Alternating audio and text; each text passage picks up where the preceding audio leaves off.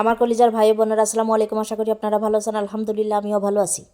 তো আমার কলিজার আপুরা ভাইয়ারা, আমি আজকে মাটির চুলায় ভাত রান্না করব আর ধনেপাতা ভর্তা করব। আমার কলিজার আপুরা, এর মতো সহজ রেসিপি বোধহয় আর কিছু হতে পারে না। তো আমার কলিজার আপুরা ভাইয়ারা, মরিচ পেঁয়াজগুলো ভেজে নেবেন আর এই ভাজার ভিতরেই ধনেপাতাগুলো ভেজে নেবেন। ধনেপাতার ভিতরে আমি কোনো পানি দিই নাই, তবে এই যে পানি ধোয়ার পরে যে পানি ছিল ওই পানি থেকেই আমার সিদ্ধ হয়ে গেছে।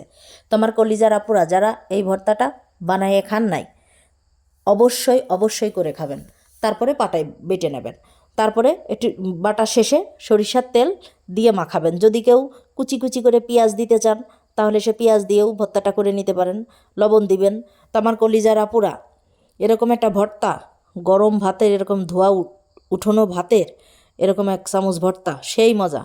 আমার ভিডিওটা যদি ভালো লেগে থাকে লাইক কমেন্ট শেয়ার করবেন। আল্লাহ হাফেজ।